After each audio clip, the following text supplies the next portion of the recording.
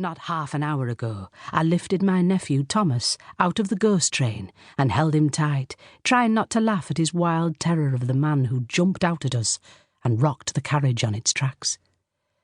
"It's all right," I tell him over and over. "It was just one of the guys from the ride. See? Look there, and you'll see him do it again. Now, shall we get some candy floss?" And 3 minutes later, Thomas's fright is melting stickily on his tongue among the threads of spun sugar. A scene played out thousands of times each night.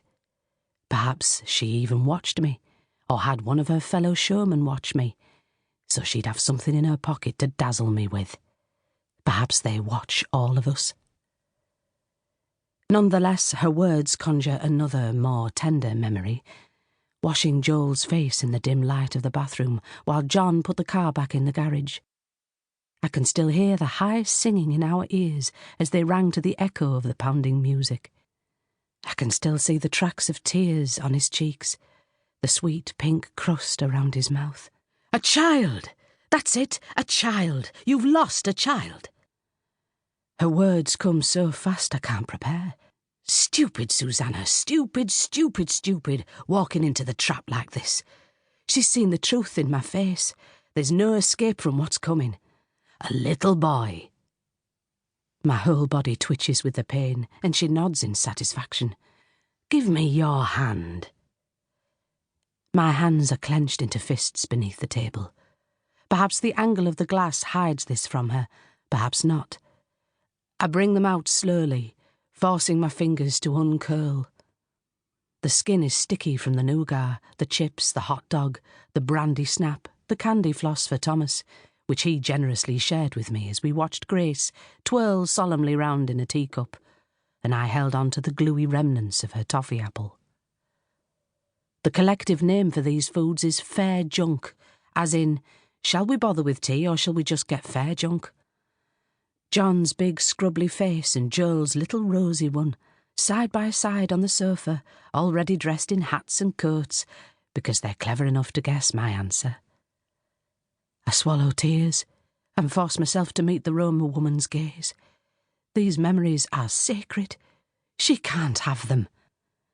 "He was your boy," she says, almost crooning, as if I'm a fretful child she's lulling to sleep. Her fingers trace out a thin path across my palm. "Your boy, and you lost him. But he hasn't left you. Not yet."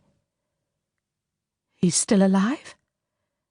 I don't want to ask this, but I can't stop myself. This is what they do, the charlatan's terrible gift. They draw you in, they make you believe, and then they cut you open and dabble in your spilled blood with their cold fingers. "He hasn't left this world," she repeats. "So is he still alive? Is he out there somewhere? Or is he—" "He hasn't left. That's all I can say." This is another trick I recognise. When the facts are uncertain, they'll leave themselves as much room as possible. I wrote another blog post about this just 3 weeks ago, prompted by the desperation of a reader and the lies of a medium in Liverpool, titled "Open Letter to the Mother of J.M." I should be back at my computer, dealing with the fallout, but Thomas begged me, as only a 10-year-old can, "Please, please, please come with us, please, Auntie Suze." And when I looked at him severely, "Anna, I was going to say it, I was." His delight at successfully teasing me, and the hopeful trust in Grace's blue eyes, were too much. I should be with them, not wasting time and money on rediscovering what I already know. I force myself to smile. "If I pay you more, will you be able to say more? Is that how it works?"